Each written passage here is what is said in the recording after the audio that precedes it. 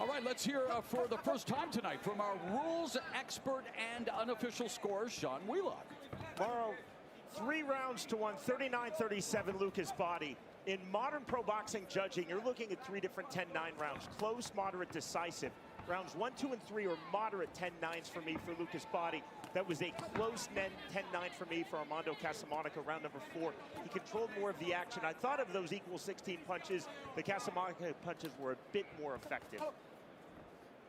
Thank you, Sean. Look forward to hearing from you throughout the night as Bahdi backing Casamonica up with the jab, goes to the body, but doesn't follow up with the right hand, and now tries to lower the boom with the uppercut, but Casamonica remains on the prowl, Amir. Yeah, they're on the prowl. They're both on the prowl, but like more so Casamonica. And yet he's still tasting counter shots from Bahdi. Exactly. But right now he's just jabbing and jabbing. But stop! Break! We'll see if we can continue to do that. Box!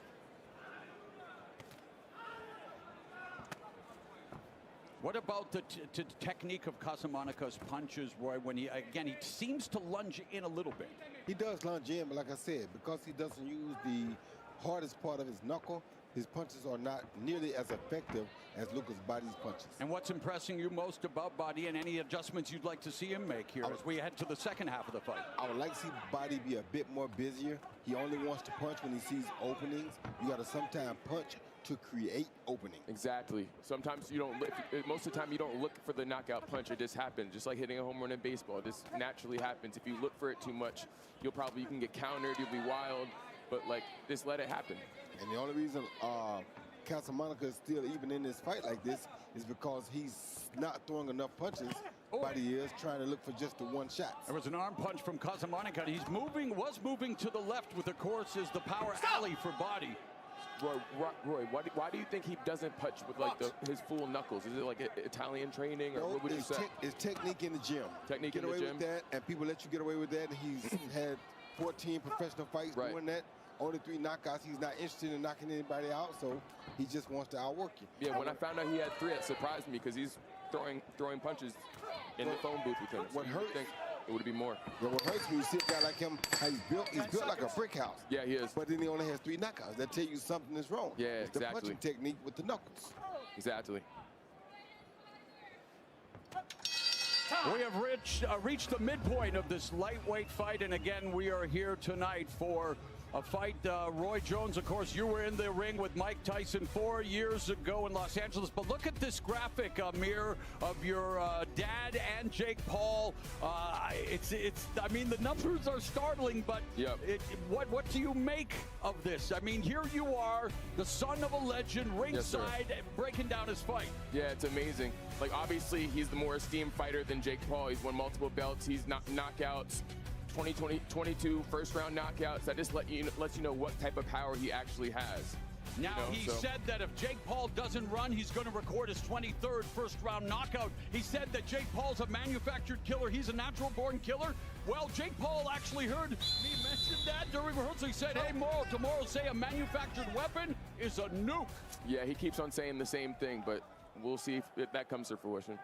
All right, we begin the second half of this bout, and Amir Tyson, the son of Mike Tyson, and Hall of Famer Roy Jones Jr. with me on the broadcast. We were joined by Rosie Perez, and she will join Roy and I coming up at Netflix at 8 Eastern, 5 Pacific. But all right, Amir, second half of the fight, adjustments that both guys need to make in order to curry favor with the judges and maybe land the eraser. I feel like Bahdi should just let his hands go a little bit. He's looking, like Roy was saying earlier, he's looking for the big shot. He's jabbing, but he's not doing anything off the jab. So he should just let his hands go more. But obviously, there's a reason he's not letting his hands go. Maybe Casamonica has to do a lot with that. Would you like to see Bahdi amplify his offense in the second half here now, put the pedal to the metal, Amir? Of course, because it's getting closer, because Casamonica keeps on throwing punches, and we're above the halfway point, so he's going to have to do something eventually. Oh, beautiful right uppercut on the inside, and Roy with Bahdi telling us he has superior fighter IQ. Again, being joined by a lot of people around the world, casual fans. When we talk about fighter IQ, what do we mean? We mean guys that know what to do and when to do it. Having a fighter IQ means you know and understand what you're doing in there or what you're trying to do in there. Most guys don't know or understand. They just go through the motion of whatever happens. Right, like tactical awareness, the adaptability. How about fight management? Talk about fight management. Fight management is knowing when to turn the gas up or when not to turn the gas up. So sometimes you see guys like him. Right now, Bahdi should be throwing more punches to the gloves, not so many to the face, because the way he's managing the fight now, he's just looking for the one-shot knockout. If this other guy, Casamonica, was good enough, he could stay in this fight because Bahdi's not doing enough. Not doing anything at all, really, except for jabbing or doing stuff like that. But he needs to do more in order to win this fight. I think he's still winning the fight, but like I said, from the early round domination, if from the early round, was doing more, it would be very difficult. Yeah, you know we live in a "what have you done for me lately" world. Oh, of course. Coming off that knockout of the year candidate, but again, every fight is its own story, and with less than a minute remaining here in the sixth, Casamonica is keeping Bahdi honest.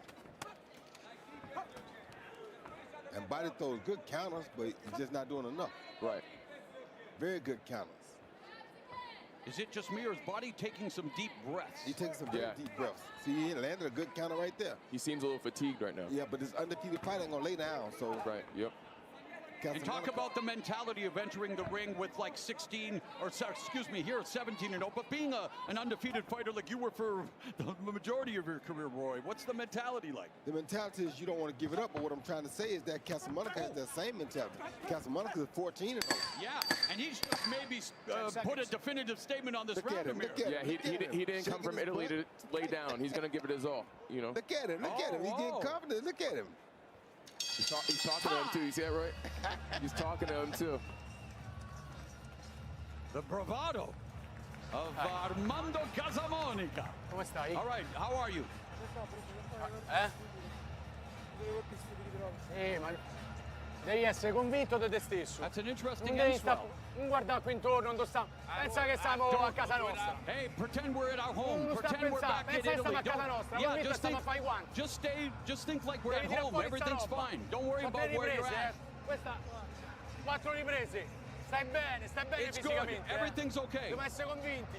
È molto stanco. I'm happy. He's very tired. Bahdi's very tired. Prevedibili. Per riportare in acque più sporche. Per portarlo in acque più sporche, devi attaccare di più. Make it dirty. Make it ugly. Very nice word. You got any pop left? Do I need to translate the Canadian?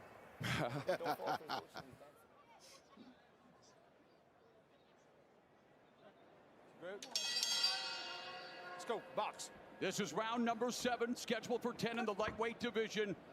Knockout artist Lucas Bahdi of Canada taking on Italia's Armando Casamonica, who made the trip across the Atlantic on short notice and does not want to come up short in this, the biggest opportunity of his life. And he's coming forward, guys. He has to. Yeah, he's definitely coming forward. But all it takes is one good counter. Is that what you're saying, Roy? Just has to be careful not to run into one while he's coming forward. You run into it coming forward, it's going to be double impactful because you're running into it. It's like a head-on collision. So you got to be very careful when you got a puncher like Lucas Bahdi and you coming forward at him. I feel like right now he's just waiting for that counter punch. He's waiting for that counter punch. So he knows when he hits him right on the chin, there's a good chance he's going to put him to sleep. You know what doesn't wait, though? What? That clock in the corner. That clock doesn't. It doesn't wait. But I feel you, Amir. I know what you're saying. You're right. It's all about the setup. It's all in here. He's countering him effectively now, Bahdi, and beginning to turn him a bit. But Casamonica, beautiful four-punch combination with the right hand by Casamonica. And what y'all got to remember is Casamonica's undefeated as well. Yes. He's not trying to give that O up.